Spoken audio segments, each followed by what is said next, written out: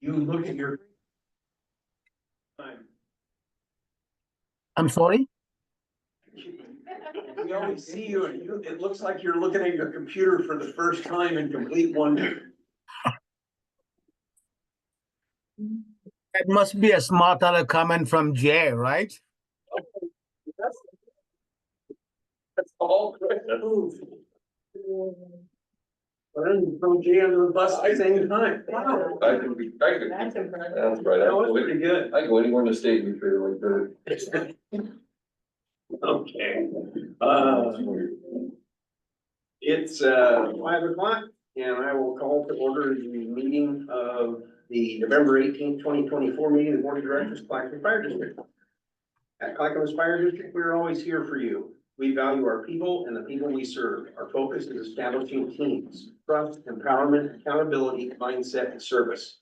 If you're attending in person, please sign in the sheet next to the door. Our meeting is called to order per ORS 192.610 to 192.690. Per ORS 192.650, the meeting is being recorded. Regular monthly meeting of the Board of Directors will come to order at 5 p.m. per ORS 192. Good board, I'm gonna have to get used to this thing. Video recording of this meeting will be placed on the Clackamas Fire District website. Please stand and face the pledge of allegiance. I pledge allegiance to the flag of the United States of America and to the republic for which it stands, one nation, under God, indivisible, with liberty and justice for all. You have this wonderful script for me and I'm no actor. Well, just do your best. We'll just wing it. Okay, Chief Brown, have any changes to the agenda? Nope, the agenda is as stated. Perfect. Next up is item 4, approval of minutes, regular board meeting on October 21st, 2024. Did any board member have any comments or changes? No, Thomas, no. there are no changes. The minutes of the regular board meeting on October 21st, 2024 stand approved as written. I will now call for statements for citizens regarding district business. Shelby, did anybody sign up? No. Is there anybody who did want to speak that didn't sign up? There's a sign up sheet there. If there's anyone online that would like to sign up, if you're calling in, you can select 9 to indicate a raised hand and 6 to unmute and mute. We do have some participants online. They have not But no raised messaged. hands? No. Okay. Presentation, item 6, presentation strategic business plan update, Assistant Chief Brian Stewart. Yeah, thank you, Mr. President, members of the board. Wanted to provide a brief update on our strategic plan for you this evening. So back at the start of 2023, or fiscal year 2023, we had a 3-year strategic plan, which was based on our organizational priorities, 2 of the 4, including our people and emergency response.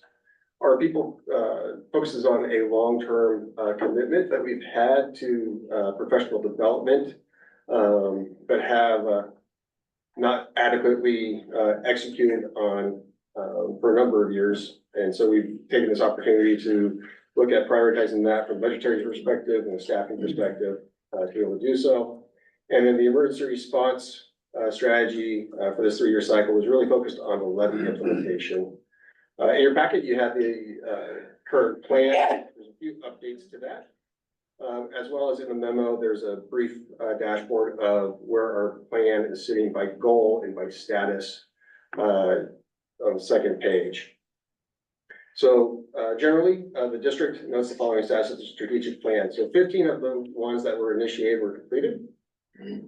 16 additional objectives are in progress and on track. And I should mention, I believe there's 43 objectives that we're tracking. So that's just about 2/3 of them have been on track or completed. We are having a few that are experiencing delays or revisions. This largely exists within our people strategy, and some of that is central around staffing changes. So we have a key person now move on, and so we're just taking some time to reevaluate and refocus that. But expect that those will be continuing on once that review is completed.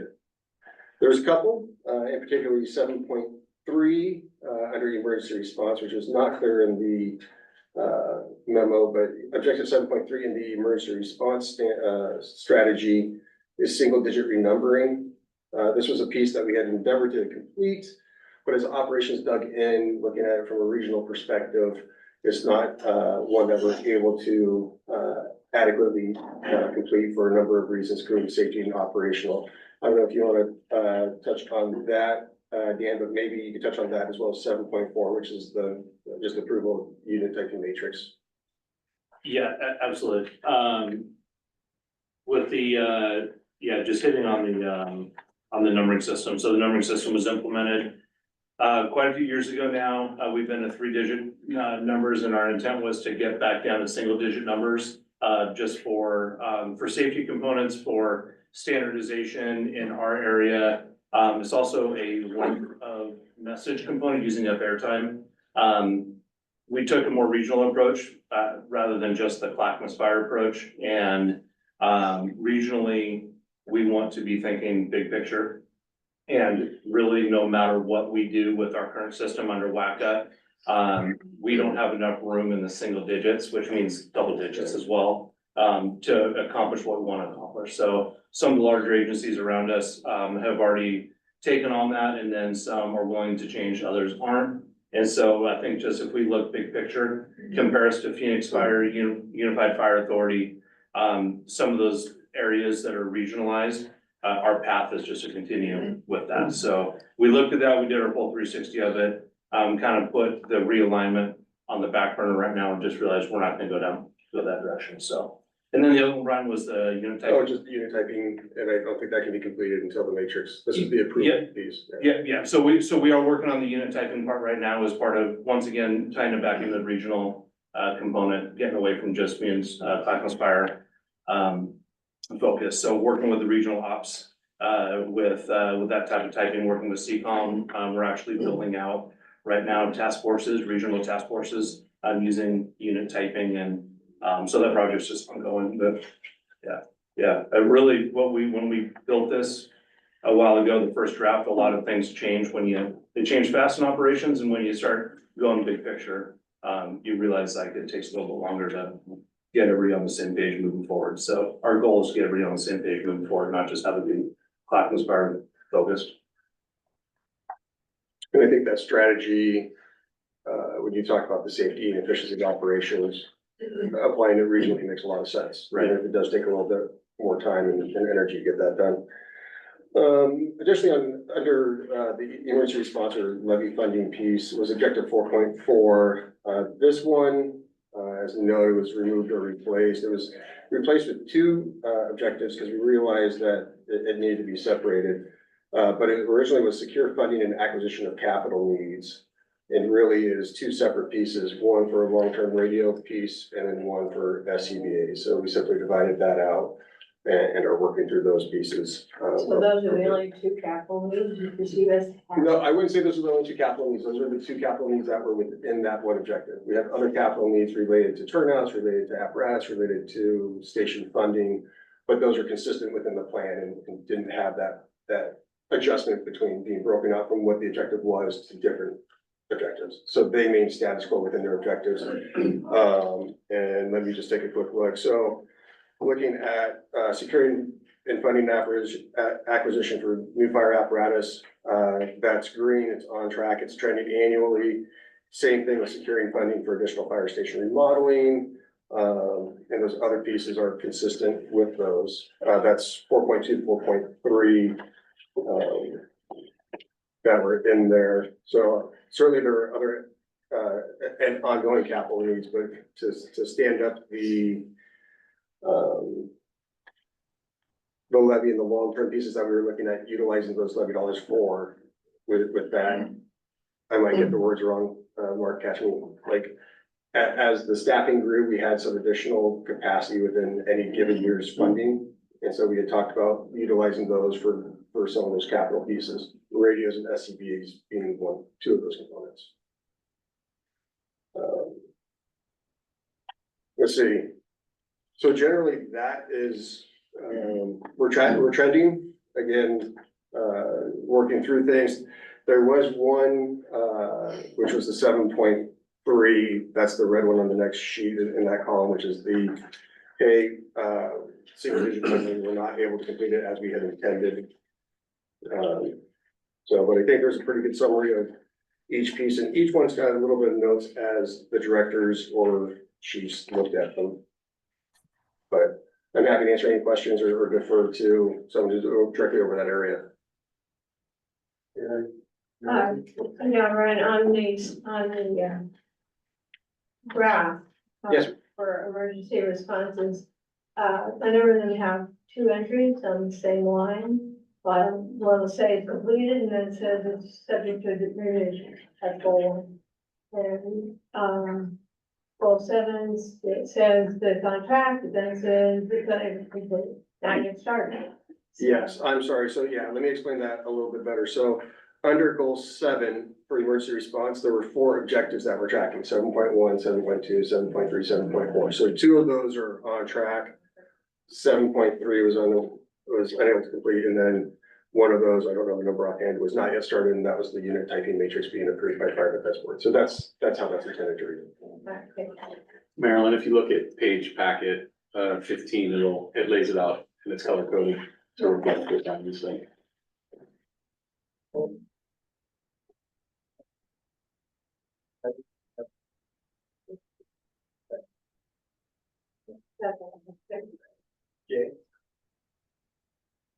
No, I'll save it for another day. Well, okay, I'll ask. Wait a minute. No, so. We didn't decline the offer. Yeah, hold on. Well, just because I've been, waist deep in this new OSHA regulation nightmare. Are we just gonna wait and see what happens and then maneuver, or are we gonna have some sort of a plan in case that thing actually goes through?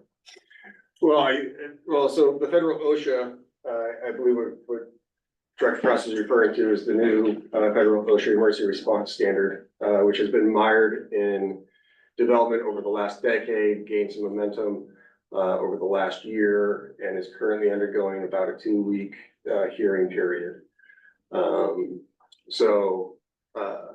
In conversations with a few individuals, I can't say anyone with ultimate decision authority over it, is any change will be slowly implemented, and there'll be a timeline and be able to achieve those things. And I think there's still some room to see changes in what that standard looks like. If anybody's interested in spending 40 hours listening to testimony, it's all available online. I will say that Jason Jancy with SDAO did a great job representing the National Special Districts Association, SDAO, and the Oregon Fire Service in his comments. I spent an hour talking to Jason about this topic, at the conference, and I learned more about it than I need to.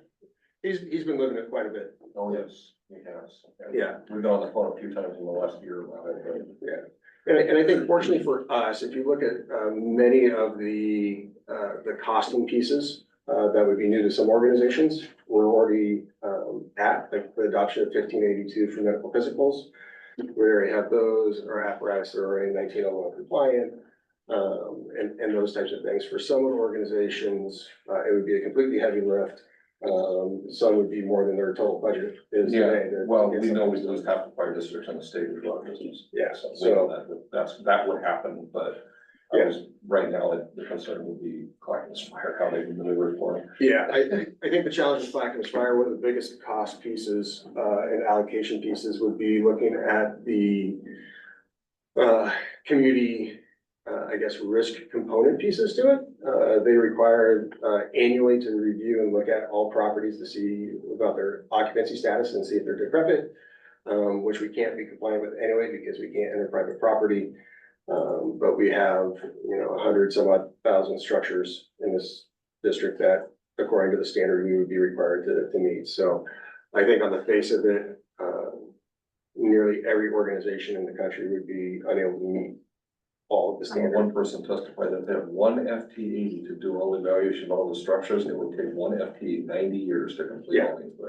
Yeah. And I can't remember, we did ours, and it was, you know, trying to get it done within a year, but it was a number of FTEs to be able to do that, which we don't have the bandwidth to do. Okay, well, more to come. Like I said, save that one for another day. Thomas, did you have any questions? No, thank you. Okay, my only, you answered, Brian, I was confused, but Dan did. The single digit thing, I was like, once you got to 9, that seems like an easy one, you can't do that. So calling it single digits and double digits, we'll have to talk about later, because math is one of my things. We're creatures of habit, and you go from, when, there's a lot of ways to say 319. And the second we went from 19 to 319, it was a cultural shift with dispatch center, with radio communication with other agencies, caused confusion with mutual aid. It caused confusion on how it shows up in CAD. If we go engine 19 or engine 1's a great example. Hillsborough has engine 1 and they're under the same umbrella. So if you don't do it right, there could be a call on CAUSE and that 5's is on and engine 1's like, hey, we're closer, we'll get it. Dispatcher types it in, dispatches a Hillsborough engine.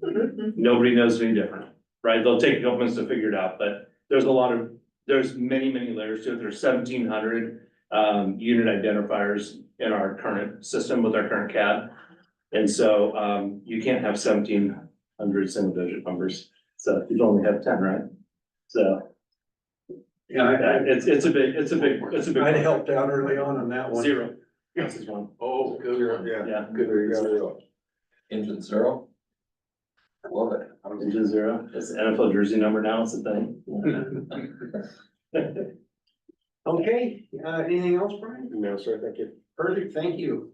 Our next up is we have a presentation on the annual audit. Chief Finance Officer, Mark Whitaker. Sure, thank you. So I think this is I believe the 3rd year now that we've been with Singer Lewitt. And so, Kathy Wilson is here again to present, the findings on our financial statements and our annual audit. And so I will turn it over to Kathy. Oh, I should mention, we have tried to go, digital, but I do have a few hard copies of the audit if anybody wants one to follow along. Or you want Chris?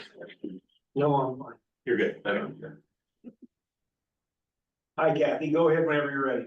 Hi there, good evening. Thanks for having me. I am Kathy Wilson. I am with the firm Singer Lewitt. We are your auditors, and I am here to present the financial report for your year ended June 30th, 2024.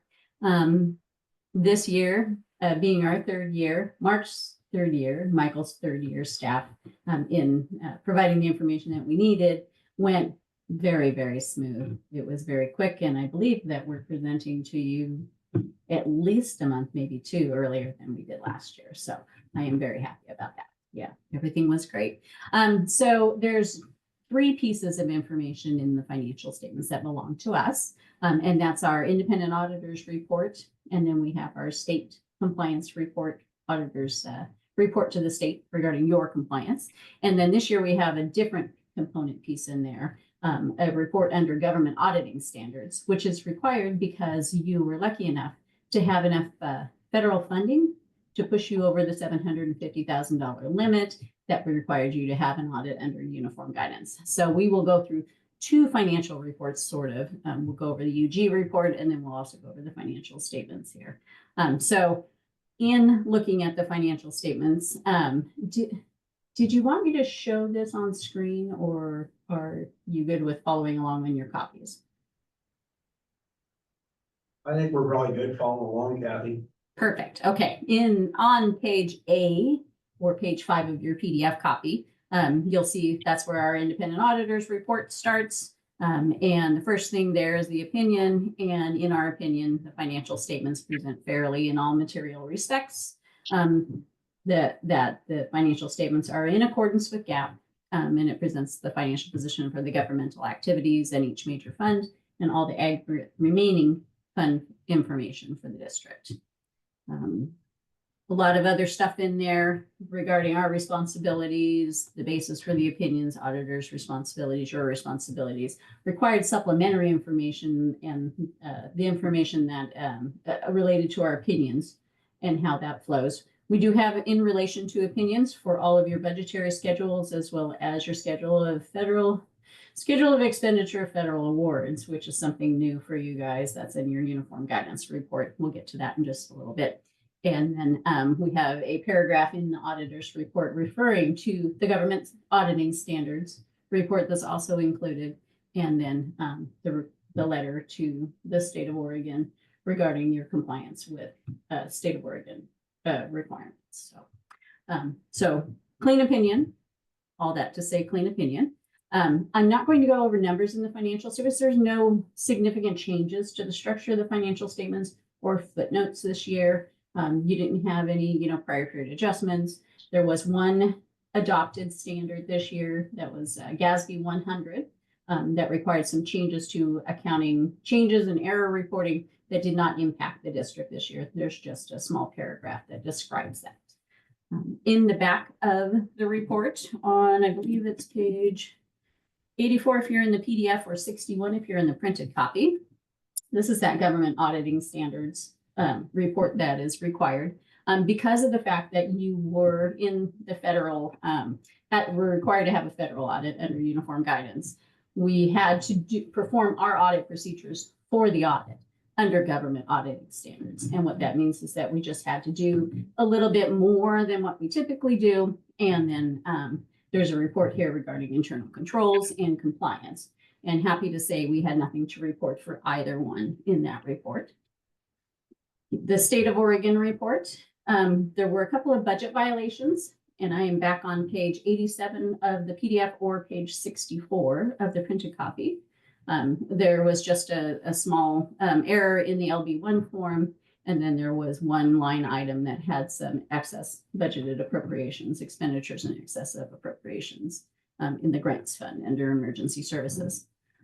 We also had a violation in public contracting and purchasing for the large procurement that we selected for testing. There just was not documentation to substantiate that the formal procurement procedures were followed on that. And so that's the only thing that we have in there, and then the 2 budget violations. Any comments or questions on that? Yes, Patty, what is the effect or impact of having these budget errors, if you will? I believe that these are not going to be presented in a management letter, but I believe that you may need to report to the state of Oregon how you're going to make sure that you're going to address these things going forward. So, thank you. The second report that I have is that federal grant compliance report. So you should have that in your packet as well. And this is regarding the monies that you received for the Assistance to Firefighters grant. And so that's an emergency management FEMA type of thing. They gave you roughly $930,000 that you expended this year. And so we did specific procedures over that program to test the compliance requirements related to that program. And so we found that there were no issues. We had no findings related to that. And so that I was very happy. So usually when you see one-offs where you don't usually get single audits on a regular basis, there can sometimes be findings just because you're unfamiliar with the requirements. And happy to report that there was not. So, you should also have our letter to governance, and this is very similar to what you had last year, and it just discusses the significant accounting estimates that are reported in your financial statements, significant disclosures, which cash is always is a big one, as well as your long-term liabilities, all your bonds. And then we did not have any, we did, sorry, I thought we didn't have any misstatements. That's too bad. We had a few. There was some GMT revenue to accrue that got missed. as well as a little bit of contract revenue. Those were the only items that we had really, small, very, very small amount of accounts payable in the change. Management representation letter is attached to that letter, and that's just management telling us that they provided us all the information that we needed to be able to perform our audit procedures, and that everything was being reported as it should be. Nothing was withheld. I'd like to say that Michael really stepped up and did a lot of extra stuff this year. Mark, as always, does a great job, and staff are fantastic to work with. We're very happy to have you as clients, and appreciate your diligence in wanting to do the right thing, and provide the information that's needed for us to be able to get our jobs done efficiently and effectively. Any questions?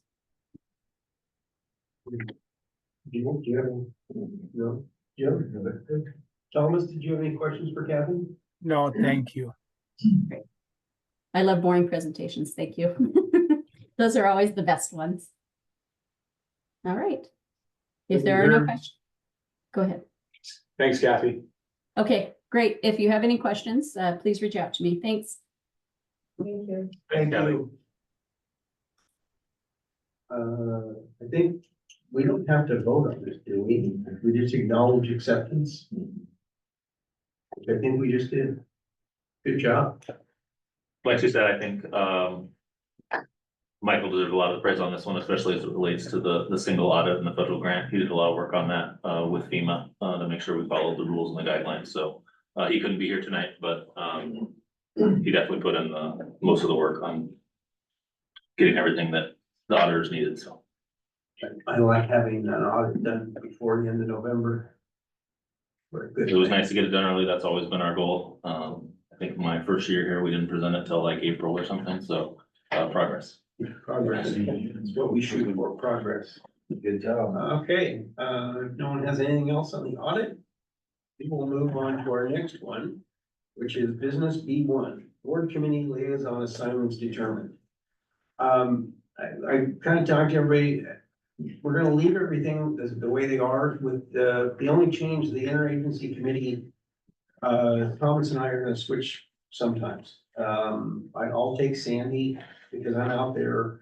And if the situation warrants it, I might sit in on some of, but otherwise we just let everything ride because it seems to work this way. If that works for everyone. Sure. Thomas, you're looking thoughtful again. Do I look what? Thoughtful. My brain is not in gear. So I'm pretending to be thinking. You did a great job. You pretend. Marilyn, thank you. I thought normally it comes from Jay. And under the bus goes Jay again.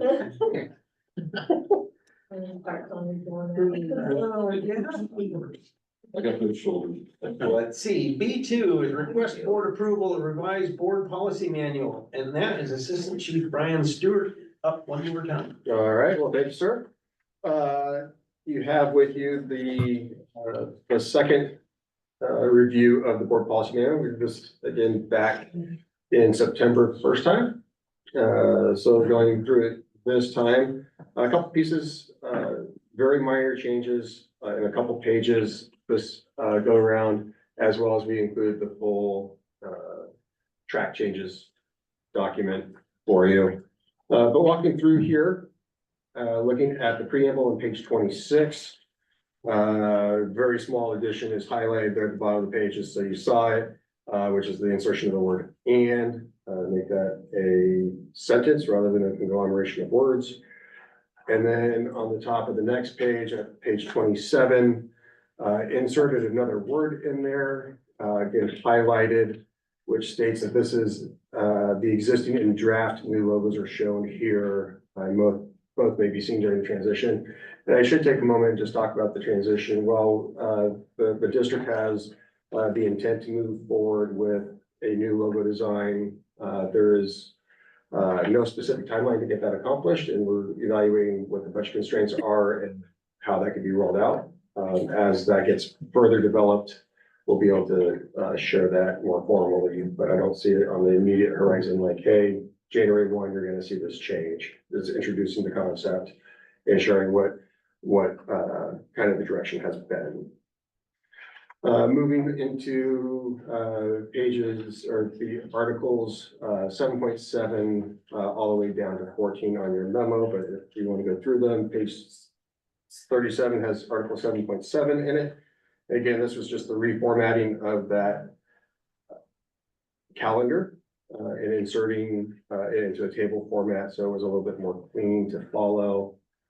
Then we can go to page 46 and try to align some of the language with the section headers or the articles by removing fire district from a number of those. So that's happening on Article 12 on page 46, Article 13 on page 47, and then moving into Article 14 on page 49. The other edits before and after adoption, or at least before adoption, are reflected in track changes. And then on page 57, now that we have the updates to the committee and liaison assignments, if you look at that page, that's probably got the most are currently green on it. But what I would see in the final document is, if I interpreted your direction correctly, Mr. President, is that 2024, 2025 column would be the names as are crossed out with TBD next to them, with the exception of going down to the interagency committee, which I just have the note of Searing, and then the second line would be Joseph/Haas, or perfect. And then the staff liaison column, just updating that foundation liaison from Brown to Whiteley. And those are the changes that we talked about previously, and a couple of those new ones for this time around. So we would recommend that is adopted as presented, or if there's any changes that the board would like to see. Jim? Okay, Marilyn? Thomas? Nothing to comment. Now, is that a thoughtful comment, or is your brain on here again? Well, I am putting on a good show, Chris. My wife always says, "What are you thinking?" Who says you're thinking anything? Well, everybody thinks I'm thinking, but I'm glad I have that image.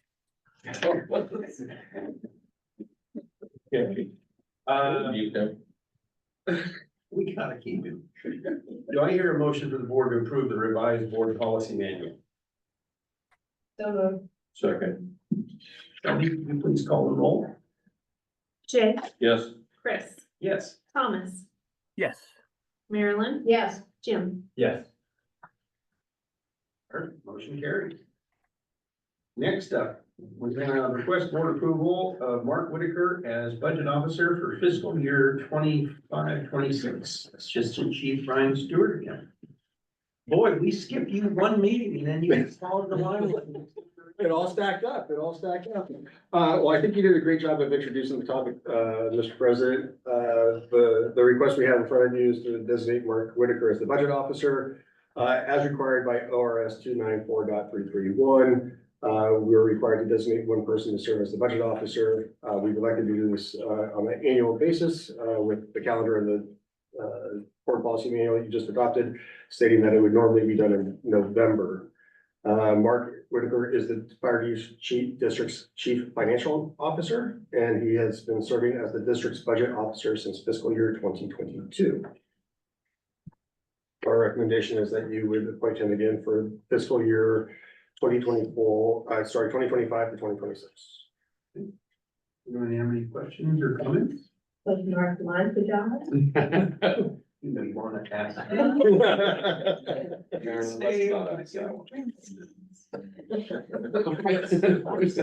Whatever he said, he wanted the job. Almost looks sincere too. Good. Do I hear a motion of the board to approve Mark Whitaker as the district's budget officer for fiscal year 2025-26? So moved. Second. I have a motion and a second. Shelley, could you please call the roll? Jay, Yes. Chris, Yes. Thomas, Yes. Marilyn. Yeah. Jim. Perfect. Motion carries. Let's see. Now we have B4, supplemental budget. Looks like Mark Whitaker gets to join us for this one. Yes, hello again. So this starts on page 60 of your packet. And the request is to approve a resolution, as a supplemental budget to create a new health benefits fund. So just to start, because this is a supplemental budget that's creating a new fund, it did require a certain public notice, which we met by putting a notice in the newspaper last week. It also requires a public hearing, which we're doing tonight, and of course, it requires the board to pass a resolution. The goal of this and the reason we're doing it, is to segregate our health benefit dollars into a separate fund. Most importantly, because this is required under ORS when you have a self-insured insurance plan like we do. We have had that self-insured plan for quite a while and have not met this requirement. But now that I'm aware of it, I think we should comply with laws and regulations whenever we can. And I also think, I think it makes sense. It's something that the Health Benefits Committee has wanted for a while because it does add a little more transparency in being able to track what's going in and what's coming out related to health benefits. We'll be able to better see whether, you know, that fund is generating a surplus in certain years, or if it's costing the district more than expected. So I think from a transparency perspective, it makes sense as well. The process of creating a new fund, you know, requires first, obviously created a new fund, which is in the resolution, and then to build a budget for that fund, which is what you see in the memo beginning on page 60. The fund needs revenue, which for the health benefits fund, the majority of that revenue is going to be district contributions for employees' healthcare, which we make every pay period. And so now, instead of those staying in the general fund, they'll be transferred into the health benefits fund. Other revenue would just be if we have any stop loss insurance payments, the amounts that retirees contribute to their healthcare. And of course, this fund will be able to earn interest. And then there will be a one-time transfer from the general fund to establish this new fund, this reserve of just over $2 million. Which frankly is one of the reasons I've resisted moving towards creating this fund. Is up until now, we haven't necessarily had the balance in the general fund where I felt comfortable moving the funds into a health benefits fund. But we've built that general fund up a little bit over the last few years, and so it does, I think, makes sense now.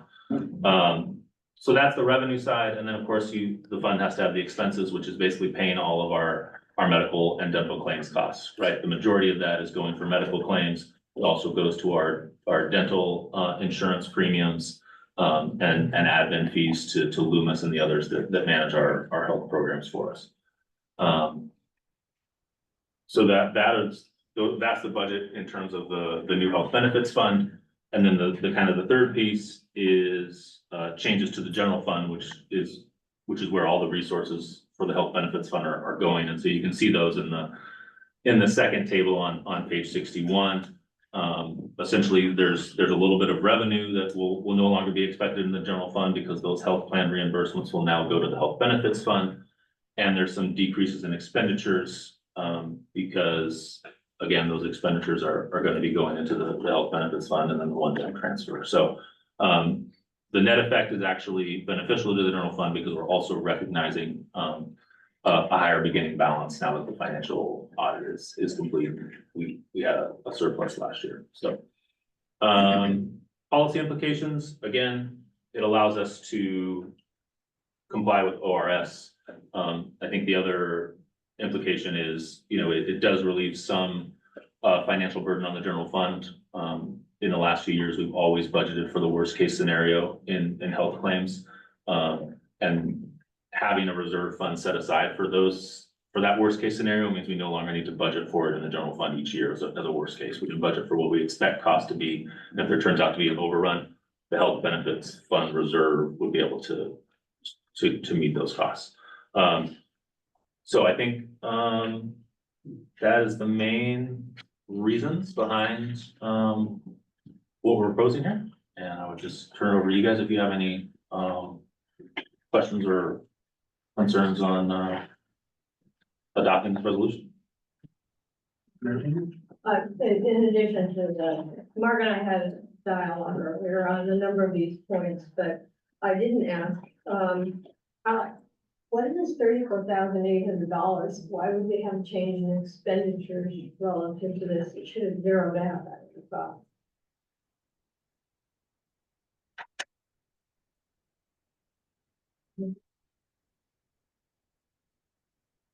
Well, I know,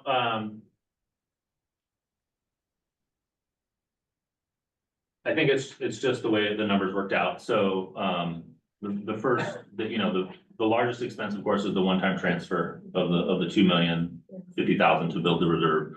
And then the expense for retiree healthcare, which is the other post-employment benefits, that we're just zeroing that out. And then the savings in CAFE plan claims cost there that you see on the first row, is kind of my estimate of what we expect claims costs to be. So we're taking what was the worst case scenario at 7.9 million and reducing it to 6.8 million to better match where we think claims costs will probably be. But it wouldn't necessarily balance out with those other two changes, I guess. And just from my clarification, this is not a change to the health trust itself. It is simply an accounting issue that in order to comply with whatever it was, the statutes, we had to create this separate fund, which we should already Yes. have had. Yes, from this action, there's no change to any employees or retirees' health benefits. Or any benefits at all. This is just a change in how we account for it on the budget and our fund accounting system. Thank you. Okay. Jim? Thomas, do you have any questions? Yes, I just have a better understanding, Mark. The healthcare contribution of 7 million, is that the district portion of the money allocated from the budget, or what is that? What is that? Yeah, that's the district's contribution essentially to employee healthcare. And we essentially set aside money every pay period based on our payroll and then pay the claims as they come in with those funds. Okay, all right. Thank you. You answered my question already, Mark, because that was kind of mine on why that number changed and talking about you budgeted worst case, and now we can kind of more what we think and let that absorb right. I like that better. Okay. And then I should mention, there are our employees or our firefighter group does contribute an employee contribution to their health benefits. And so that is included as a revenue for the new health benefits fund. So when every pay period, their contribution will also go into the healthcare contribution piece. So that's on page 60 there, that 7.095 million healthcare contributions. Roughly 6.8 of that is employer contributions, and then about 250,000 of it is employee contributions. Anything else? Do I hear a motion to adopt resolution 24-05, adopting and appropriating a supplemental budget for fiscal year 2024-25? I move to adopt the budget as presented. Second. I have a motion and a second. Shelby, did you call the roll, please? Jay, Yes. Chris, Yes. Thomas, Yes. Marilyn, Yeah, Jim. Yes. Motion carries. You got your budget, Mark. Thank you. Next up, we have board committee liaison reports. First is EMS Committee Director Cross and Director Joseph. Jay,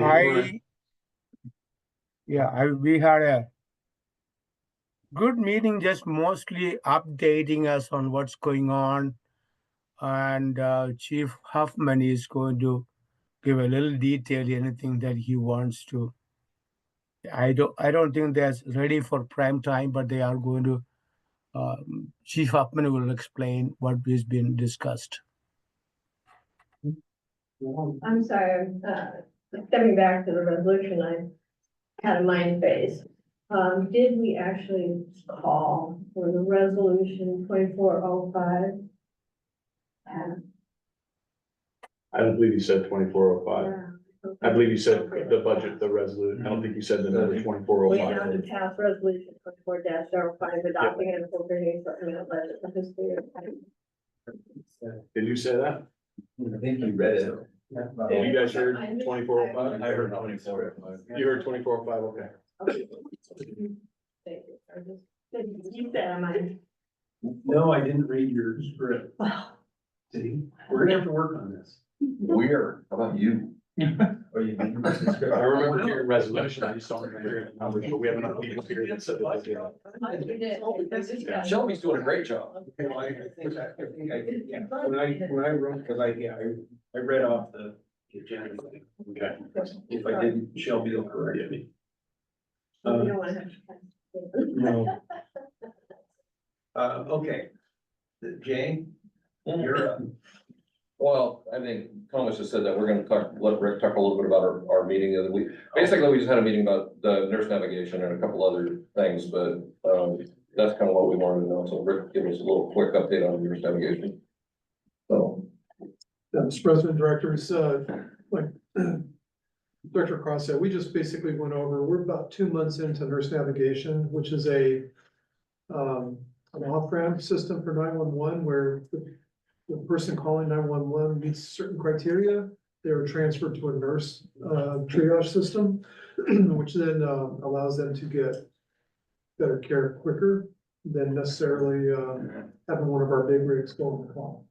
So don't quote me on numbers, that we're about a couple hundred patients into the system now that have been processed. A good amount of those have been given self-care instructions by the nurse, and that solves their problem. The other ones are taken to non-traditional EMS type transport situations, so they don't go to the ER necessarily. A small percentage of them do. Others go to, clinics or other video care and other types of systems. Basically trying to, what's the right term, right size the medical care through 911 that has kind of creeped into society, is calling us for everything. So we're just trying to balance out the availability going to being ready to go to high risk emergencies by doing this. So I think we had a good discussion about how that's going, and that was mainly the talking point. so as you guys know, this has been a big thing for me since I became on the board of getting, sending the right resource to the right patient at the right time and making sure heavy assets are available to do heavy asset stuff. So this is a screenshot, and I won't get the numbers exactly right, but they're close enough. There's a screenshot of, I think, Rick's computer. Is this your computer that I have the picture of there? Anyway, basically, there's about, as of whenever he took a picture of this roughly 140 some patients that had been entered into nurse navigation. 26 of those patients were referred to self-care where they were told how to treat themselves on a 911 call. And out of that 140 some odd patients that went through the 911 system, only 3 of them got turned back around to have a fire department response. They had BLS responses, all sorts of different responses, all sorts of different ability to care, but only 3 out of 147 actually got a fire department response. So there you go, you took 147 calls off the fire department. And that's out of this one screenshot of Rick's computer. So that's a down and dirty, very down and dirty. But one of the things that I love about this is that we're doing something different. And there's gonna be challenges with it, and Rick and his team in the county are gonna maneuver as the pressure comes different. But I love the fact that we're sending the right resource, the BLS resource, to the right patient and keeping our heavy assets available. So for the most part, I don't, correct me if I'm wrong, but. No, it's one of 3 actions we have to help reduce our impact on the big rigs, which is community medic program is the other one. And then the light rescue that Chief Mueller is working on. we'll have all three of those running in January, and I think 2025 is gonna give us a really good snapshot of the impacts of those programs on the total call volume and readiness of the other forces. I think it's a real good momentum. So, Yeah, it's giving us a look at from different angles too. It's not just one method. Yeah. We're looking at it from many angles, so I think it'd be good, especially the diagnostics that nurse navigation does. I mean, that just one screenshot is pretty impactful. Then the other part too is that it has the feedback as well, so it people can respond on why they ended up calling 911, and you can process other layers of the information rather than just how many calls we're not going on. So it's good diagnostics for the whole county. The other part of what I love about it is we've talked for years, there's no one solution. You know, everybody wants a magic pill to fix the whole low acuity problem. It just doesn't exist. And so I love the fact that we're trying several different things and we're gonna maneuver to what works best. And love it. Love it, love it. it's a little sensitive that, you know, we wanna care for people, but we also wanna be ready for bigger emergencies. So it's kind of a tightrope, but these systems are gonna help us and see how it goes next year, but we're going down the right path, I think. Yeah, so I'm saying, because you weren't here last month, Chief Huffman.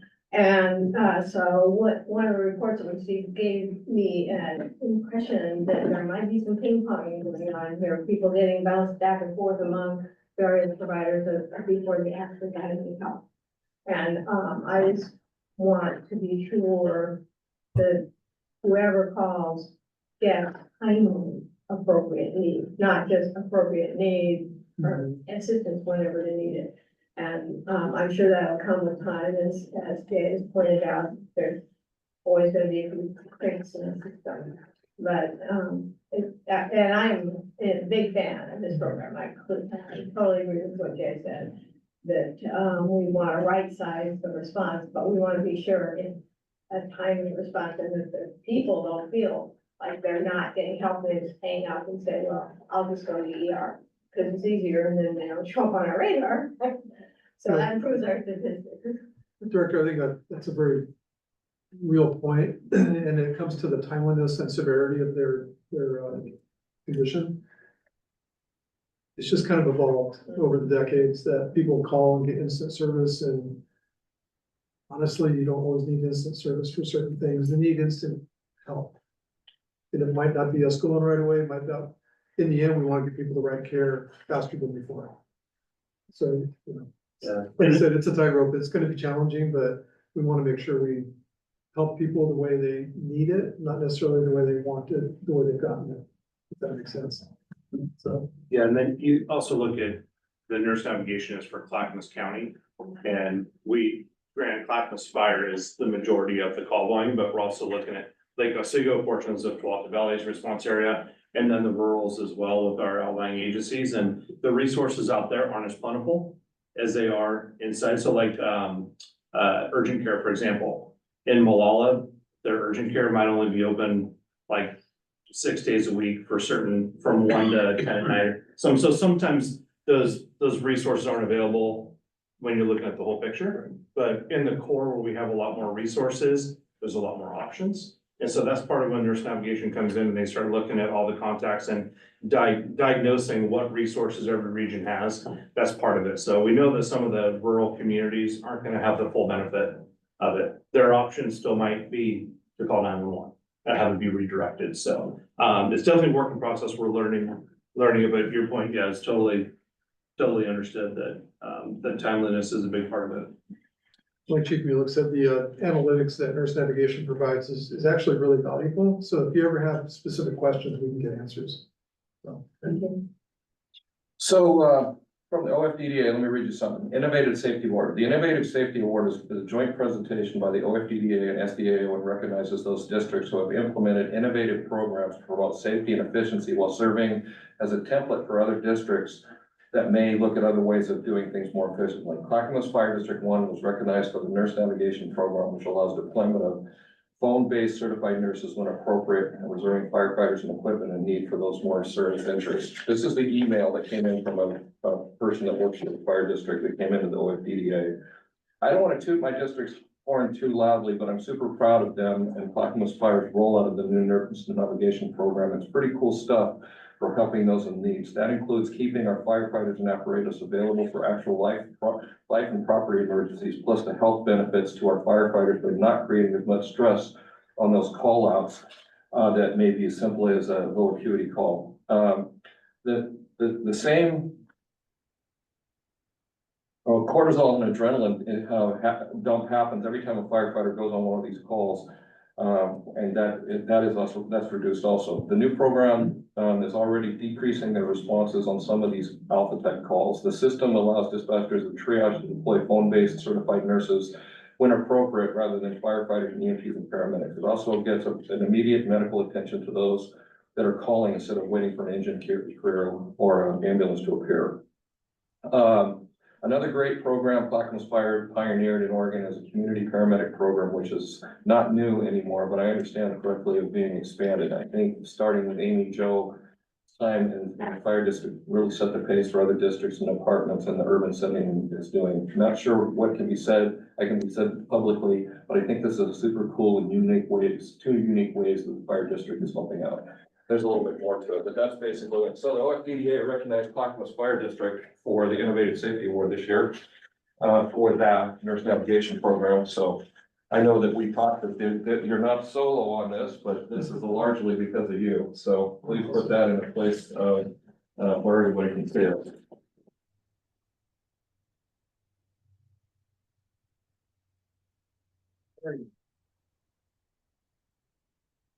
Can I do one of those? Sure. Okay. So the other one that I have here, this is the President's Award, and this goes to Kenton.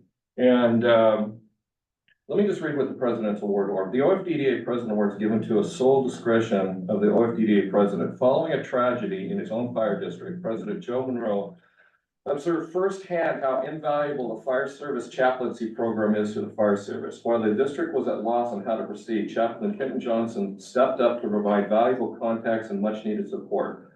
Following this experience, President Monroe realized that the chaplains are indeed our unsung heroes of the fire service and determined to offer recognition for those giving and never seek recognition. It is hope that by recognizing Chaplain Johnson, that all fire service chaplains will know that they are deeply appreciated. So what happened here is they had a death in the fire district down there. And they didn't have a policy for dealing with death. They didn't have a policy for anything. They didn't know what to do. So they contacted the OFDDA. First thing the gentleman did was contact Kenton. Kenton immediately got in his car and drove down there and helped them through their entire fire district through this process of the grieving process, the step-by-step process they needed to do for a death of one of the family members. And but this is not unique. He's done this many times, this kind of thing many times when a huge tragedy happens to either a family member of somebody in a fire district or a fire district member themselves. He just gets in his car and goes. And then now he's mobilized a bunch of the other chaplains to basically do the same thing. We have 36 chaplains in the state of Oregon that are basically kind of doing this. And Kenton and his boss of the chaplaincy, they're heading up this whole thing and what's going on state. And he's our own chaplain, right? He's our guy and we just look at, but he's doing this statewide. And so he and some of the other chaplains taught a dealing with death in the fire service class at the conference. And they did an outstanding job of helping fire districts understand what they need to do, some of the things that they need to do if they have a death in their own organization. And a lot of fire districts don't even have a policy for it. They don't know what to do if they're dealing with that. And some of the districts that have had a death and have a policy, they forget to grab that policy manual off of the shelf when it happens. They just panic and they don't know what to do. They call OFDDA or SDIO and then they call Kenton.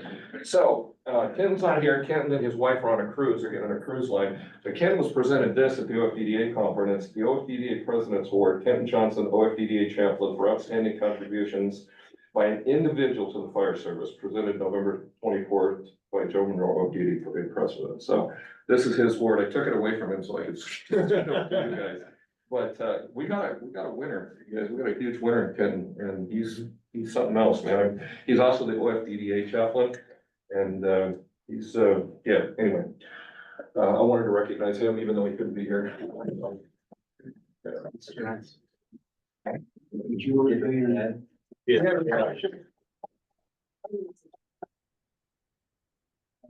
You want to talk about the conference now? Yeah, we might as well, since I've already talked about it. This is a really good conference. I already told you some of the stuff that was on there. Isaac was there. Let's talk about Isaac first. Isaac Hamilton did a presentation. He was outstanding. His presentation was about, using social media to promote your fire district. And, the biggest thing that Isaac does is he takes I don't know, he tries to let, fire district directors and chief officers know that if you use social media correctly, it's worth it. It's worth it, the positives far outweigh the negatives. You may have seen a picture on our, Facebook account, because during class, he wanted to show everybody how easy it was, so he actually took a picture with his face in it sideways and took a picture, and then showed everybody really quickly how easy it is to post something online, and so now you got the whole class in there. He made that class really fun. It was really a great class, and he had a lot of, he stayed after for like a half an hour talking to people, talking about social media and stuff, so, he was a big hit. We had a panel of attorneys that also were up there, and then also Jason Jensen was up there, and then one of the people from the ethics board, they did a panel. And, they talked about, so many different things about, what not to do as a district, how to do contracts mainly, and the mistakes they made. The attorney panel was great because they talked about, some of the big mistakes fire districts make, when it comes to getting themselves in trouble legally, and that was great. And then, of course, the ethics, we had an ethics class, and she did an outstanding job. So I could go on, but the conference, was well attended. I think 150 people, ended up, signing up. I'm not sure if 150 showed up, but I know 150 people signed up. And the weather was absolutely outstanding. It was in Sun River, that was just beautiful over there. Shelby and Nick were there for the first day anyway.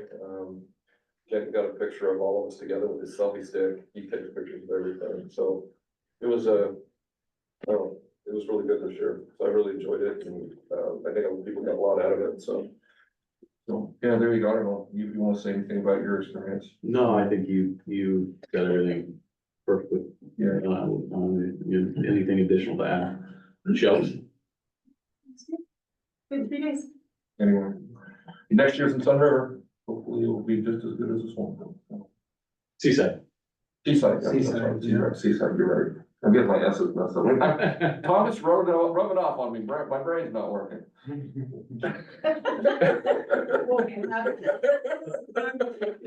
Go back to sleep. Now we got the interagency committee, Director Joseph and Director Siri. Jim, why don't you go Jim? ahead first? Jim, go ahead if you can. You are in person, so you can explain more. On October 28th, Thomas and I and Chief Peters and Brown met with Ron, the director from Sandy. And we continue to hear nothing but positive feedback from the Sandy directors. Some of the highlights, a lot of positive feedback about that additional unit in Sandy. We hear a lot about that. We hear a lot about the effective response forces when there's a fire, when there's something large in town. There's a parade that rolls in from Warren and Eagle Creek and everywhere else. And then more than anything, I think most of the positive feedbacks are coming from the volunteers that are staffing Dover. I see on tonight's report, 28 out of 31 nights. Well, last month before that, I think it was almost 100%. So a lot of great feedback with the work that the volunteers are doing in that staffing. So it's just all positive. So the Sandy board has at least received a proposal from a consultant, the same consultant that Gladstone is using. So they seem to be kind of following similar paths. At the same time, those two agencies are hiring a consultant and looking at what their options are. And at some point, probably soon, coming to us and having a joint meeting and discussing what are our options going forward and possibly looking at putting out some form of legal integration to our voters, maybe as soon as November of 25. So those seem to be some of the discussions really that we're on concurrent paths with both of those agencies. So obviously more to follow, but things seem to be going very well. Good. So congratulations on everyone out there at all the different levels and all the work they're doing.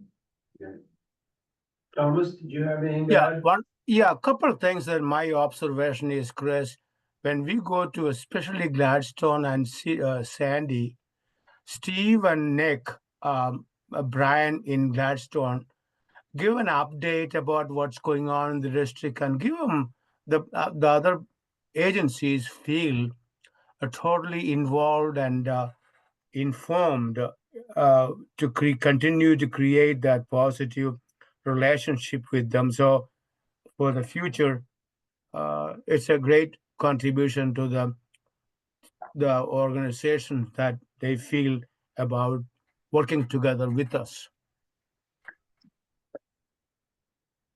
Good. Okay. Board informational updates, comments. Any board member have any informational updates or comments to share? Yep. You're up to item 10.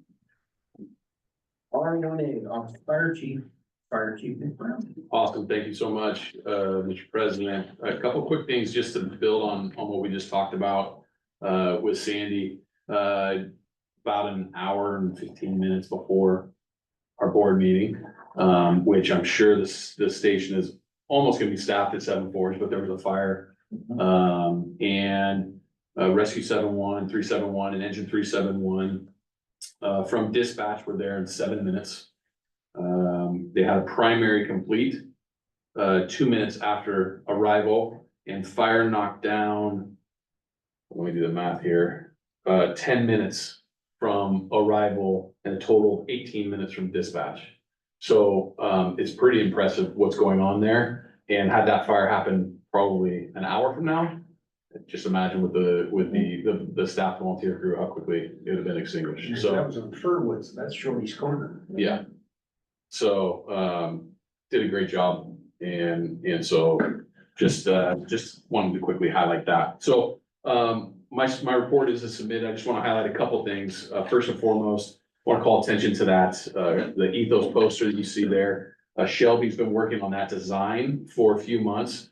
Took it upon herself to make sure that our ethos would look nice on a poster, that it would be easy for people to understand, and sent that throughout the whole entire fire district as well as the hardware to hang it up, because some were having a tough time hanging it up. So strong work to Shelbs for that. Thank you so much for the effort into that, and that ties in a little bit. It was the last phase of that goal for the strategic plan, but we'd educated everybody, and now that last piece was just that constant reminder. And so that's I just wanted to highlight that. Captain Heitschmidt will be retiring after 30 years of service. I'm sure I'm taking that piece from Dan, sorry, but And Gordian probably. and Gordo. So good. Hey, listen, at least it's not Dieters. Normally I take from Dieters, I'm taking it from you two. So I'm spreading the wealth. 30 years of service. The beautiful thing about Captain Heitschmidt is that he, his whole career, obviously giving, but now he's retiring to give in a different way. He, like Kenton, is going into the chaplain side of the fire service to help others. And so it just continually emphasizes the quality of people that we have at Clackamas Fire in their hearts and what they give daily. And then even in retirement, they continue to give. Crew 30 had an amazing year this year.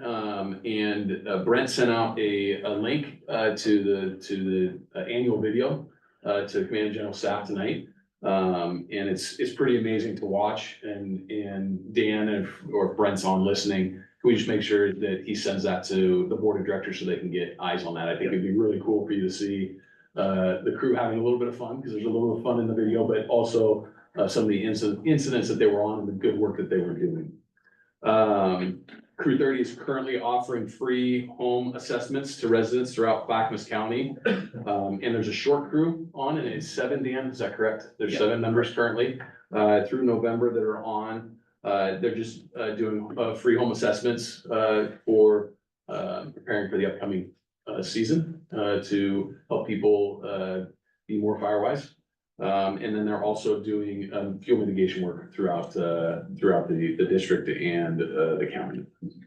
Dan, do you have EV piece on your report out?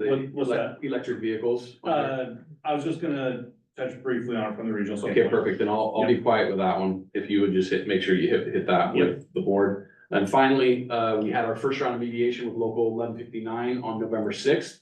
Good conversations. And then our next round of mediation will be December 9th. Be happy to answer any questions if you have any. Any questions? Thomas, do you have any? I would just, it's been interesting, the calls that have come when you're talking about when the cavalry goes. Yeah. It lights up, it's several times on social media, the fire, aims. Because we were doing mutual aid to Corbett, which was great, because they sent 1 rig and we sent 15. Yeah.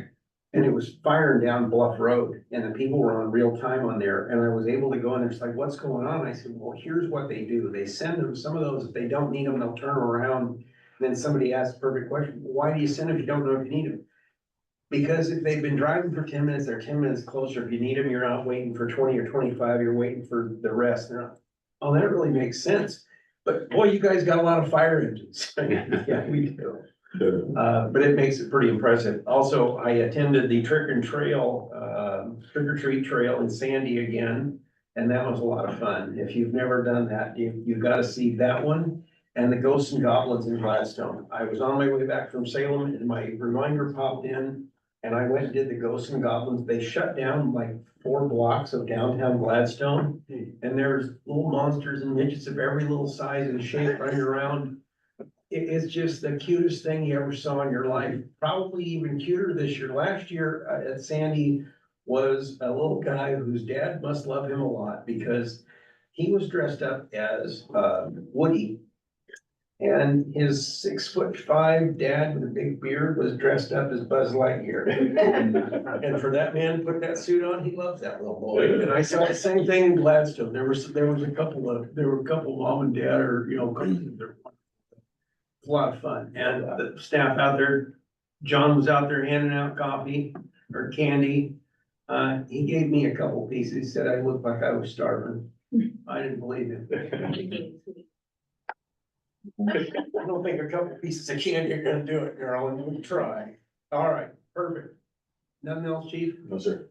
Okay. Chief, doing graduation and promotion. Yeah, once we hit that, hit that during your report. Okay. That'd be awesome. Wow.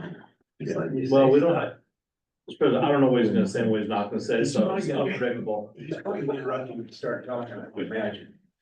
Okay, next up, Office of Strategic Services, Assistant Chief Brian Stewart. Thank you, You're getting a lot of talking parts tonight. It's not gonna stop anytime soon. No, just a couple brief updates. So our community resource or resiliency officer, Morgan West, over the last few weeks, has been participating with PGE and some dam failure exercises. They did a tabletop, I don't know, maybe 3 weeks ago, and then they did more of a functional exercise last week. I have not had the chance to catch up with him. He was out sick a couple days, and today we haven't had a chance to kind of debrief on it, but it's great to see his quick and solid engagement in the community that we serve and with our partners. And he's certainly going to bring back a lot of lessons and help us better protect our community externally and then internally. He's working on a number of projects. Our 2 big priorities, well, there should be 3, but kind of 2 focus areas are doing some preparedness plans for active threat as well as cybersecurity. And then he's also working on some incident management team structure pieces for us as well. So some great pieces there. And then within IT, we've done some big lists of moving servers. You folks have heard that before. But one of the, I guess, pieces that I've been waiting for is coming to fruition, which is we've now got the capacity on the virtual private server. We've got that connection that we can start archiving some of our Microsoft user accounts, which doesn't sound like exhilarating or exciting. But we've been holding on to hundreds of extra accounts that we have been paying Microsoft to maintain, so we didn't lose that data. And now we're gonna be able to archive those and begin seeing the savings of those dollars as everyone moves across. So it's more exciting than it actually sounds. And then a couple other pieces with facilities, every day's an adventure in there. But working on a couple pieces with ongoing with Station 12 and the training center remodels as well. And then I believe it's this week, they're doing interviews for a third facilities tech position. And I believe we're down to 4 candidates for that. So excited to see how that progresses through. And there's just a thank you to the board for everyone having gotten their public meeting law training requirements completed. So our survey with SDIS has been updated. So the fire district is now eligible for the full 10% of the premium discount for their general liability and auto insurance. That's what I have. Thank you very much. Anybody have any questions for Brian? Thomas, did you have anything? Okay. Next up, Office of Business Services, Assistant Chief Steve Peters. The speaking part is on. Thank you, Mr. President, members of the board. Community services, as you can see, they've been planning and attending a lot of community events and open houses, and with more to come. And this month, Operation Santa is in its 50th year. And it will start, and you'll get the recap presentation in January of all the events. Everything's listed on our website. It's all live if you want to go and see when the events are happening. Again, those are drop-off events and then parades, and those are all on the website. Health and wellness, they are still busy getting us all through our health and at their new location, which is working out fantastic, bringing the folks into there. Human Resources has a couple of testing processes going on. One is for firefighter paramedic to establish a new list there, since the other one is just about exhausted. So we're working on a new list there. And then a promotional process for apparatus operators. So they're working on those two. And then the PIO and social media attended the conference, and then they're working on ways to keep our page, both all of our social media platforms relevant throughout the weekends. And they're doing a great job of keeping things interesting throughout the weekends and having some new postings happen. So we tended to kind of slough off a little bit on the weekends, but they're working hard to improve that. Happy to answer any questions. Okay. Thomas, do you have any questions for Steve? No? No, thank you. Okay. Office of Financial Services, Chief Financial Officer, Mark Whitaker. Okay, thank you. So, per usual, finance report is in your board packet, starting on page 67. I guess, in terms of revenue, the real action starts this month with property taxes coming in, so we've started to collect those. We did not have any issues with our cash balance this year. Largely due to the funds we have in the capital replacement reserve currently. So there wasn't any need to even consider tax anticipation notes or anything like that. So that was nice. One difference, or one addition to the report this month, is I did include a budget memo, at the end of the finance report, where I get into some details about, our current year budget, and also, an update to our budget forecast, our budget outlook. Really, I prepared this thinking that I would do a much larger supplemental budget this meeting that included some of these changes that are outlined in this memo, and ultimately decided that the changes to the health benefits fund were complicated enough, and I didn't want to explain those with all the other changes that were going on. So the rest of these changes some of these changes will require a supplemental budget later in the year, but they're not urgent. We're not close to over expending our limits just yet, so. But just to quickly, run through and outline that memo. Some of the current year, issues or things worth knowing is first, you know, we now know what our assessed value growth is for 24-25. It came in pretty much right on budget projections, and it gets a little confusing there because I've used a couple different numbers to report our assessed value over the last 2 years because of the one-time effects of urban city renewal. So I tried to explain that in the table on the second page of the memo there. If you're just looking at what the county assessor publishes, you would think that our growth rate in 23-24 was really high at 4.52%. If you looked at what they published for this year, you'd think it was really low, down at 3.34%. But a lot of that is getting messed with by some of the changes with Oregon City urban renewal.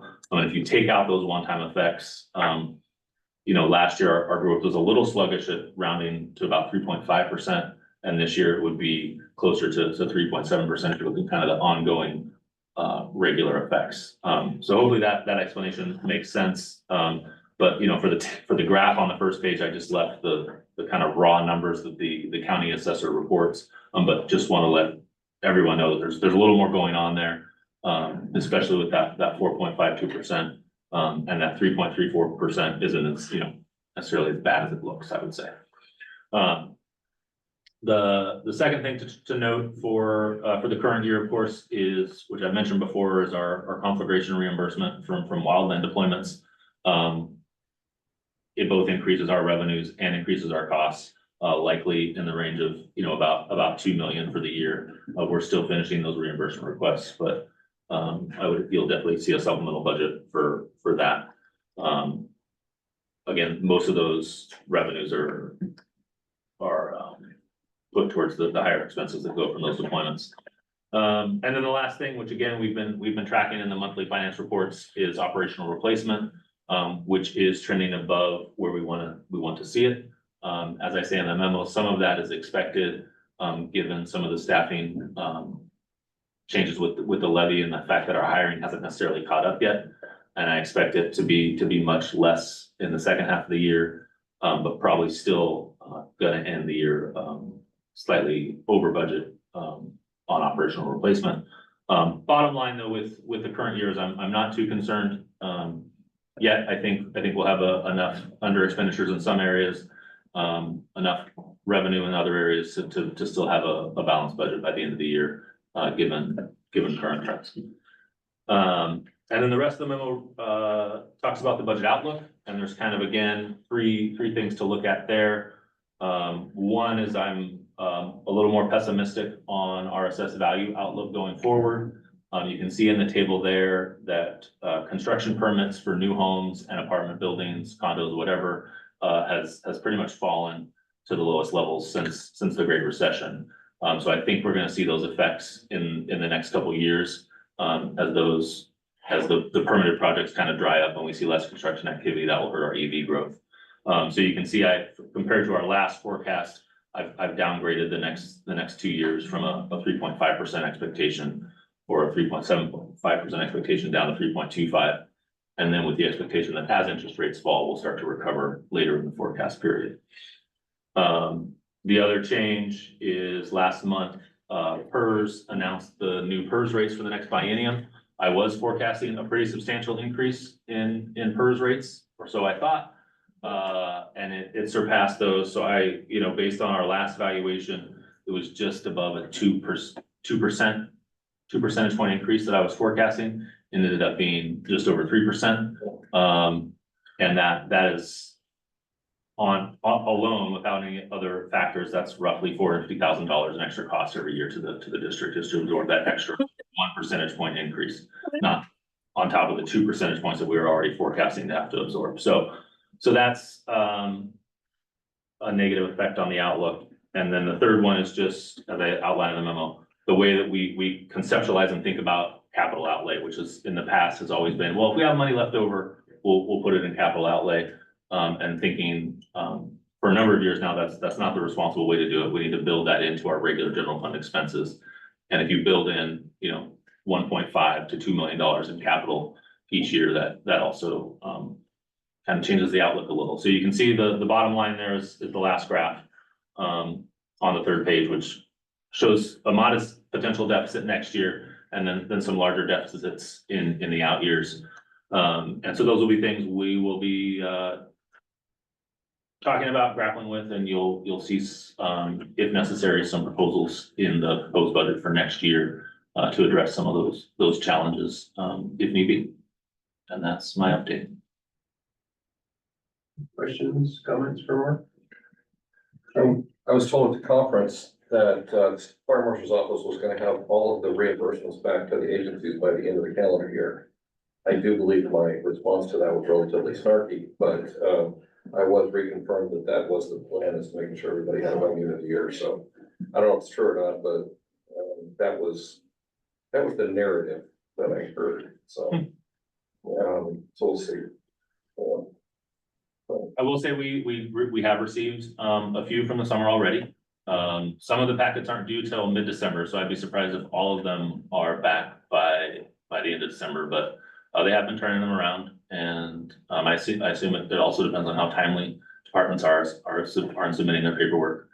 And I imagine that's a much bigger issue for some of the smaller departments. Obviously, we can float the money for a while with our fund balance, so. And they always pay eventually. No. Jim? Thomas, do you have any questions? No, no, thank you. I'll just grumble about your last graph there, this one where those funny little lines go below the zero. I don't like those. So we have a great plan for not having those numbers there, right? Yeah, we'll be, We're working on it. yeah. We'll be bringing some stuff forward. And and again, I say it in the memo, all the caveats apply, right? It's a forecast, and, we could be surprised with assessed value. There's some, what does Oregon City ultimately do in the long run with their urban renewal plan? So there's some potential out there for some easier solutions, but there might be some other ones too. Yeah, well, I'd rather get surprised with some good news than blindsided by a catastrophe, so. I think there's a couple things that I think Mark did a really good job that are concerning to both Mark and myself. And if you look at that table on packet page 73, this is the lowest total units that we've faced in 14 years as far as new growth. And if you look at the AV post 2010, what it looked like in the area, I mean, it's great. It's concerning to us. Is this a 1-year blip for us and then next year we're going to kick back up? Or are we going to see much of the same? And so that's really, I think, a big concern for Mark and a big concern for me. When you look at 10 and 11, we have 432 and 564, and we're looking at 412 new units coming forward. So that's a big concern for us. So, and I think the urban renewals, I love what Mark said there, but I think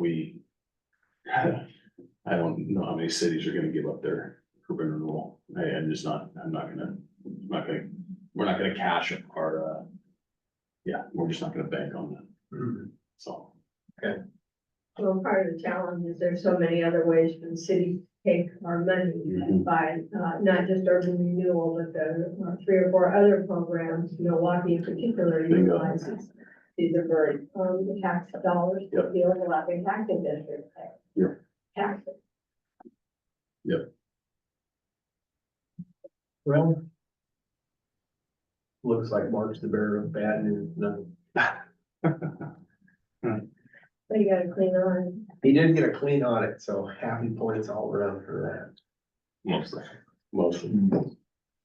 Peter's just taking record of that, just so you know. He wrote down in his book the discrepancies.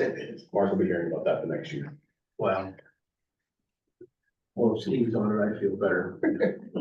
Well, negative reinforcement, peer pressure. Yeah.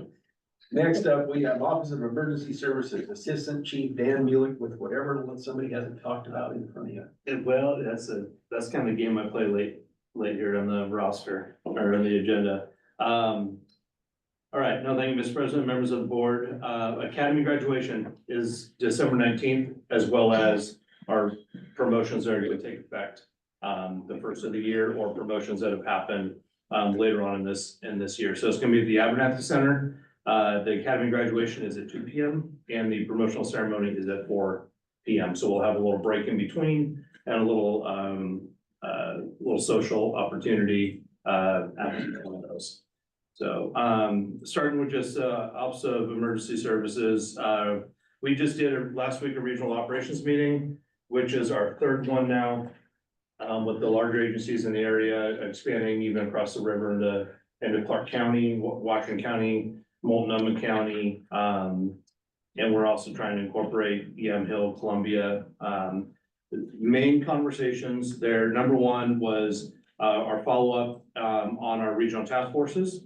That has been, we have a goal of January to actually have something with our PSAPs to where we can actually request a task force or a strike team of resources. Clackamas County is way ahead of the other counties because of the pre-work and our availability of resources at our dispatch center. Multnomah County is going to struggle a little bit with it, and Washington County they're just a little bit behind, but I think we're going to get there on one way or another. We're going to be able to have immediate response with task forces. And I mean, so very, very similar to just getting dispatched for like a structure fire. Not having to go through phone call after phone call after phone call to get resources to go across the county. So we did exercise kind of an informal process a couple times this year, whether it was on an incident or mutual aid, a task force or strike team needed for mutual aid. So we're looking at having that thing implemented by fire season next year,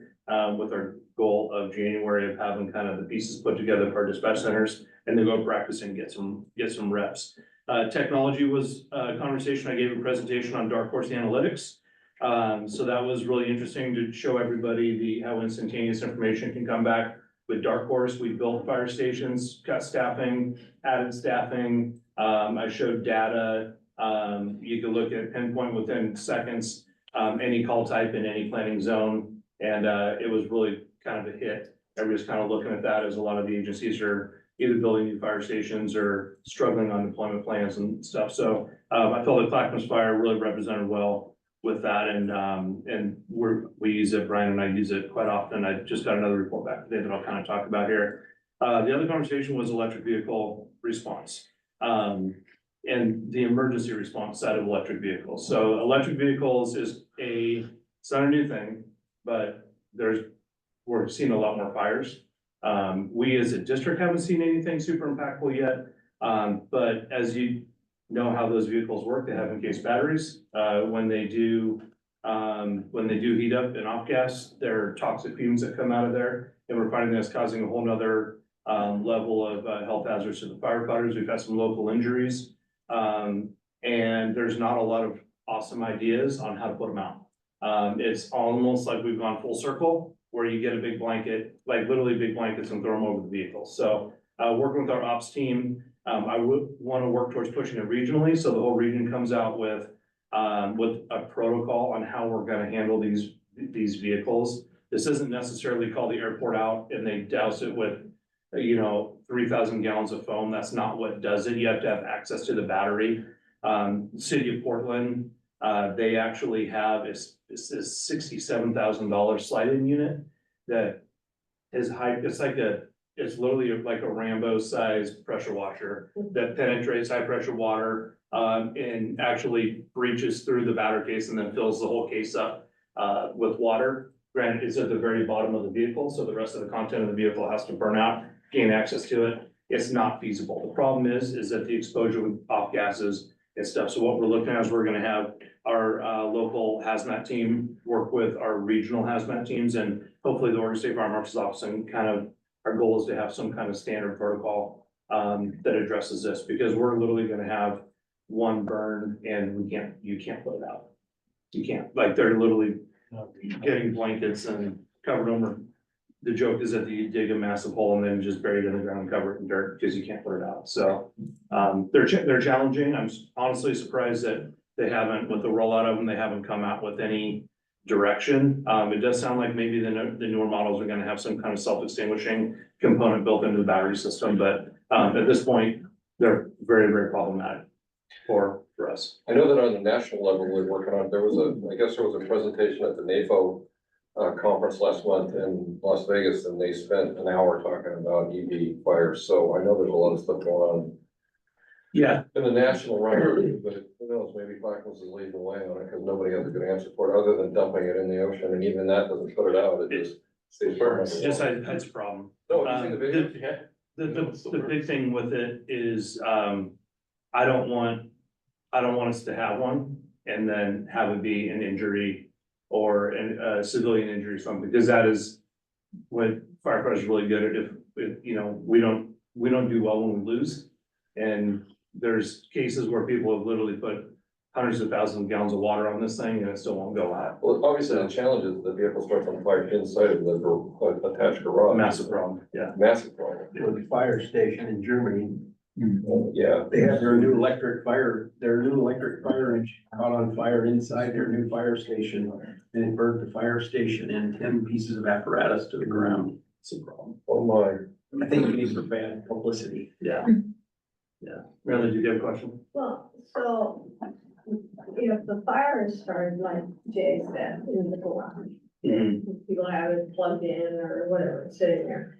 And so that ignites a fire. Can the rest of the structure be saved? And, or is? Yeah, so the challenge is that we're used to, in most cases with traditional car fire, you have the fuels that leak and you get the fuels put out, and you put the car fire out, and then you start overhauling. And right now we have a product that just really doesn't stop burning and off-gassing additional toxic fumes. So I think Boise had a situation where they hooked up a winch and they just removed the problem from the house.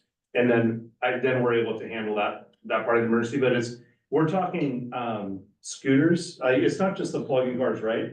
Everybody, the little one wheel, I don't even know what you call them. Scooters, The little e-bikes. hoverboard things, the scooters.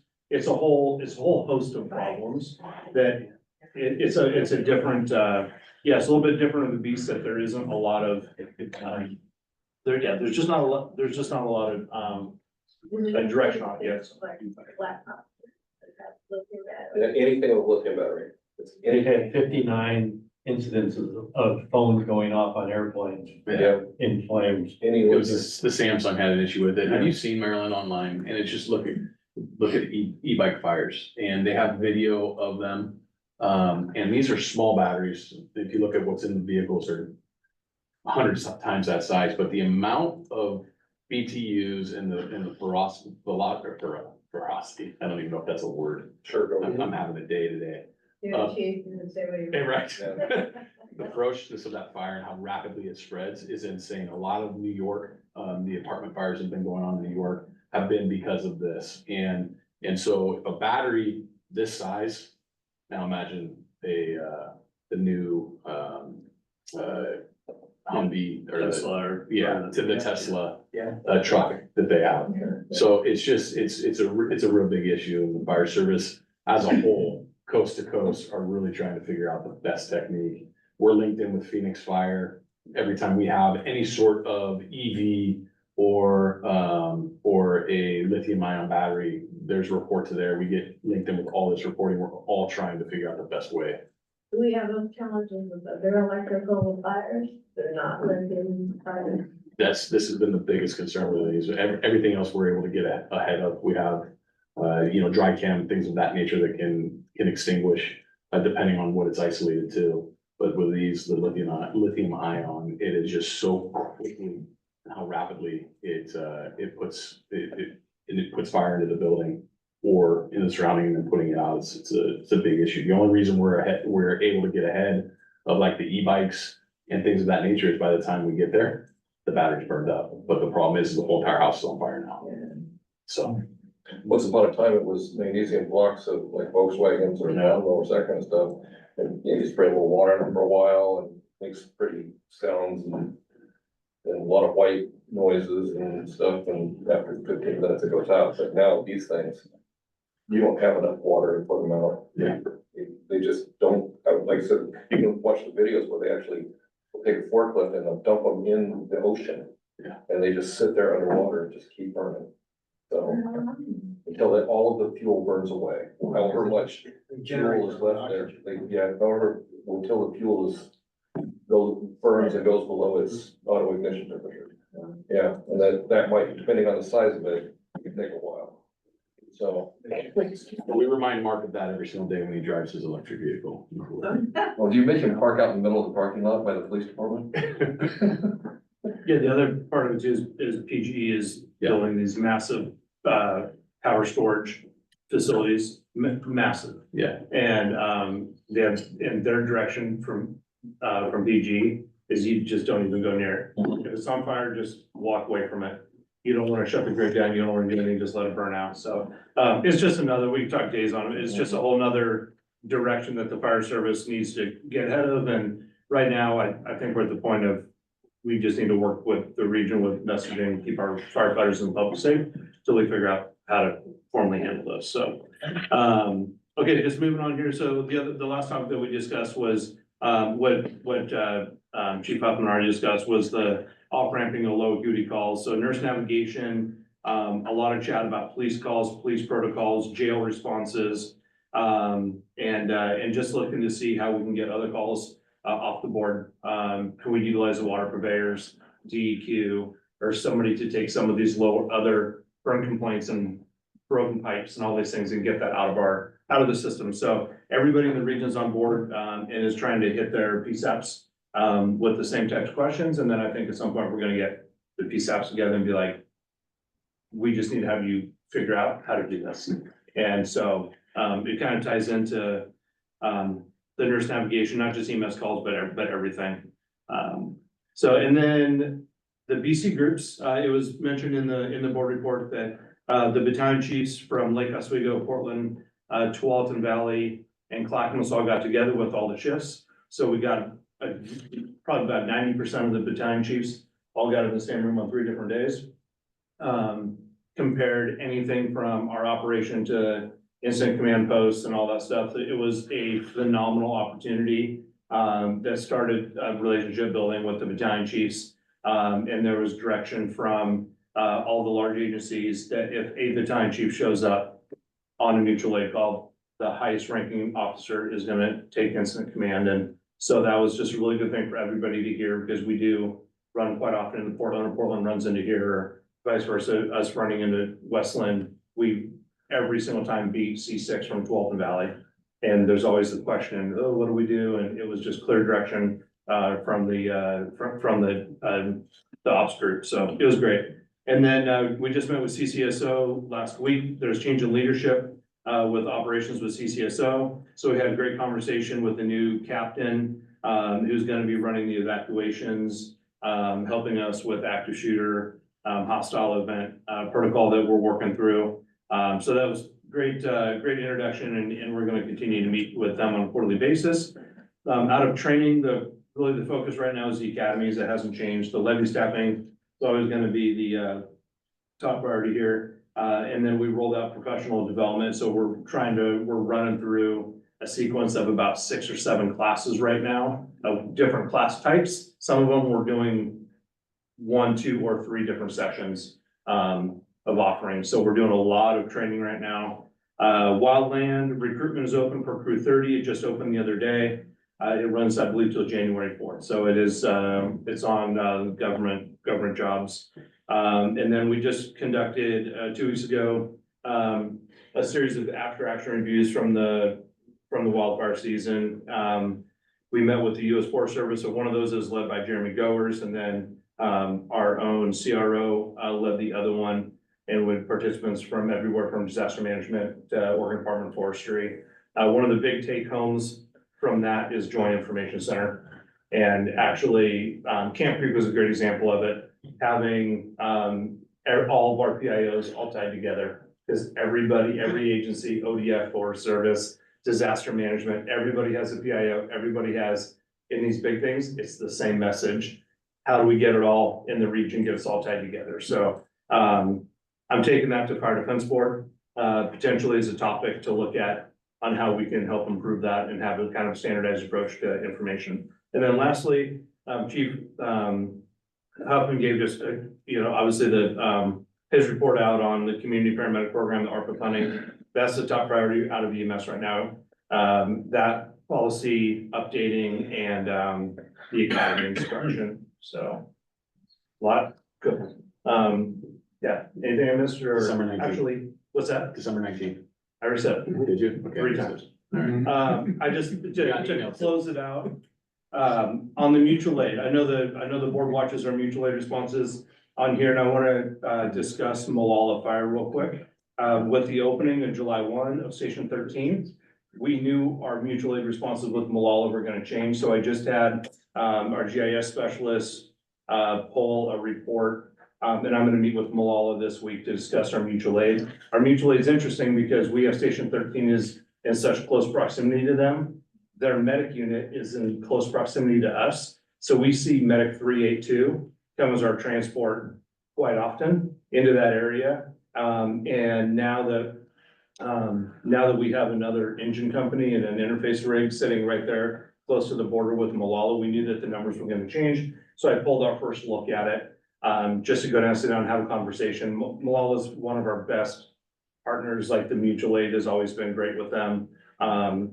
I did get a call immediately. I don't know if I said it to the board or not, but I got a call from Malala shortly after we opened Station 13. And there was a cardiac arrest that medic 382 went to, and engine 313 showed up instantaneously with medic 382 and ended up being a cardiac arrest save.